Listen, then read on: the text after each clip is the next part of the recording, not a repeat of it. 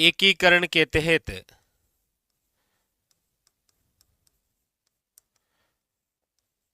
रियासतों का विलय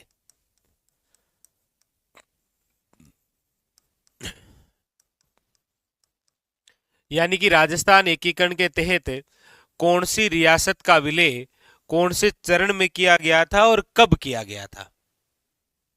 देखिए वैसे हम प्रमुख रूप से यहां पढ़ते हैं ना, तो देखिए फिर बात आ जाती है आपके सामने ये इस प्रकार से, कितने प्रकार से बात आ जाती है। तो आप सब जानते हैं कितने चरण हुए हैं, आप कहेंगे सर 7। एक यहां, एक यहां, 2, 3, 4, 5।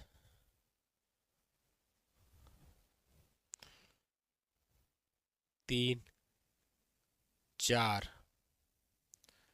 5, 6 और 7।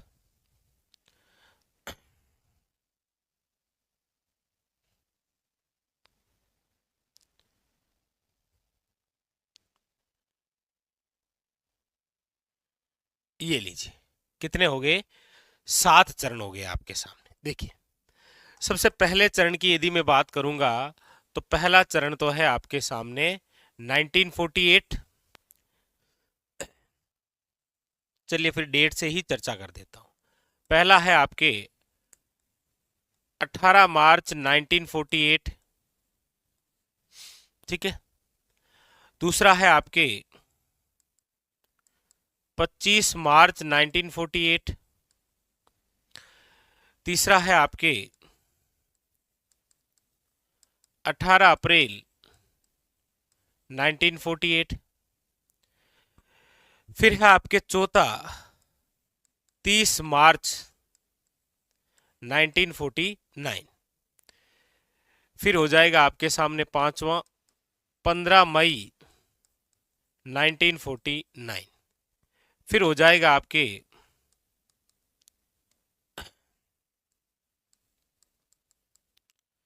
26 जनवरी 1950। आखिरी में हो जाएगा 1 नवंबर 1956। तो ये आपके सामने क्या है, चरण है, हमारे राजस्थान एकीकरण के चरण है, याद रखिएगा, ठीक है। अब देखिएगा पहले चरण में कौन कौन सी रियासतें आती हैं, तो याद रखिएगा अलवर, भरतपुर, धौलपुर और करौली। लेकिन आपको याद रखना है कि अलवर, भरतपुर, धौलपुर, करौली, ये जो पहला चरण बनाया गया था इसका विलय नहीं किया गया था राजस्थान में, याद रखना। ये जो है ना इसका विलय नहीं किया गया था, इसका विलय किया जाएगा आपके यहां पर मैं लिख सकता हूं कि मत्स्य संघ का राजस्थान में विलय। याद रखिएगा आपको पूछा जाए कि अलवर व भरतपुर रियासतों का राजस्थान एकीकरण के तहत विलय कौन से चरण में किया गया था, तो याद रखिएगा 5वें चरण में, क्योंकि ये था पहला चरण, ये तो केवल गठन किया गया था, इसका राजस्थान में नहीं मिलाया गया था। ये पहला चरण है, ये आपके सामने पहला चरण मत्स्य संघ, दूसरा चरण पूर्वी राजस्थान, तीसरा है आपके संयुक्त राजस्थान संघ, चौथा है आपके वृहत राजस्थान संघ, पांचवा है संयुक्त वृहत राजस्थान संघ, ठीक है, छठा और ये 7वां। तो पहले के अंदर तो याद रखिएगा केवल संघ बनाया गया था, इसका विलय तो 5वें के तहत किया गया था राजस्थान में, याद रखिएगा। अच्छा दूसरे चरण की हम बात करते हैं, तो इसमें कौन कौन सी राजस्थान की रियासतों का विलय राजस्थान में किया गया था, तो फिर आप याद रखिएगा बांसवाड़ा, बूंदी, किशनगढ़, अच्छा बूंदी के साथ में कोटा, झालावाड़, डूंगरपुर, प्रतापगढ़, शाहपुरा और याद रखिएगा टोंक। तो दूसरे चरण के तहत राजस्थान में याद रखिएगा 9 रियासतों का विलय किया गया था। कौन कौन सी थी ये 9 रियासतें, तो आपके सामने हैं बांसवाड़ा, बूंदी, कोटा, किशनगढ़, झालावाड़, डूंगरपुर, प्रतापगढ़, शाहपुरा और टोंक। याद रखिएगा। अब आपको इनमें से कोई पूछा जाए कि झालावाड़ रियासत का राजस्थान एकीकरण के तहत विलय कब किया गया था, तो दूसरे चरण में। तीसरे की जब हम बात करते हैं तो तीसरे चरण में केवल एक रियासत का विलय हुआ था और वो है आपके कौन सी, याद रखिएगा उदयपुर। चौथे चरण की हम बात करते हैं तो इसमें 4 बड़ी रियासतों का विलय किया गया था। जयपुर है, जोधपुर है, बीकानेर है और याद रखिएगा क्या है, जैसलमेर। पांचवें चरण में इन 4 रियासतों का विलय किया गया। तो पांचवें चरण तक आते आते देखिए 1 2 3 4 5 5 और ये 9 14 और इधर 4 ये विलय कर दिए 18।